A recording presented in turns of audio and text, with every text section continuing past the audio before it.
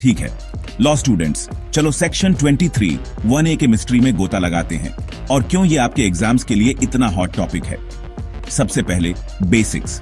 Foreign exchange regulation act का section 23 1A उन offences से डील करता है जिनमें इंडिया में प्रोहिबिटेड आइटम्स जैसे गोल्ड को रिजर्व बैंक की परमिशन के बिना लाया जाता है।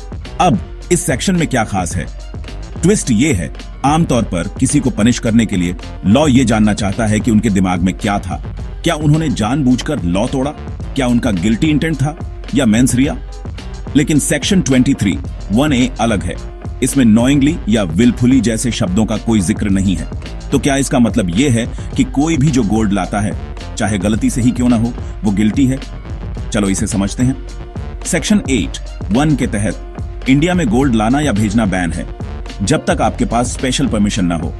सेक्शन 24(1) इस बैन को एब्सोल्यूट बनाता है, लेकिन, और ये एक बड़ा लेकिन है, लॉ फिर भी कॉमन सेंस का सम्मान करता है।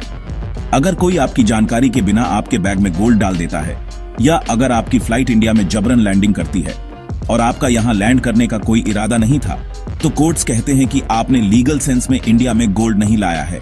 क्यों? क्योंकि ये एक्ट्स वॉलंटरी नहीं हैं, ये एक्सीडेंट्स हैं। लेकिन अगर आप जानबूझकर और कॉन्शियसली गोल्ड लाते हैं, भले ही आपका कोई बुरा मोटिव ना हो, तो सिर्फ एक्ट ही आपको लायबल बनाने के लिए काफी है। यही है स्ट्रिक्ट लायबिलिटी। कोर्ट को इस बात से कोई फर्क नहीं पड़ता कि आपने लॉ तोड़ने का इरादा किया था या नहीं, ये सब एक्ट के बारे में ही है। अब ये इंपॉर्टेंट क्यों है?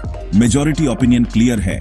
सेक्शन 23 1A वो बनाता है जिसे एब्सोल्यूट लायबिलिटी कहते हैं। इंटेंट प्रूव करने की कोई जरूरत नहीं है। सिर्फ यही मायने रखता है कि आपने एक्ट वॉलंटरीली किया या नहीं। ऐसा इसलिए है क्योंकि इस ऑन फेंस को एक गंभीर सोशल रॉन्ग माना जाता है, कुछ ऐसा जिसे लॉ हर हाल में रोकना चाहता है।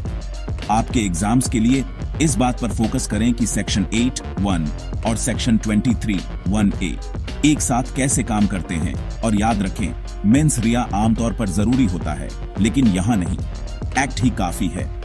कंक्लूजन में कोर्ट्स फैक्ट्स को ध्यान से देखेंगे। अगर ये सच में इनवॉलंटरी है तो आप सेफ हैं, लेकिन अगर आपने कॉन्शियसली एक्ट किया, भले ही कोई बुरा मोटिव ना हो, तो आप लायबल हैं। यही सेक्शन 23 1A के तहत स्ट्रिक्ट लायबिलिटी का एसेंस है। और कोई डाउट्स हैं?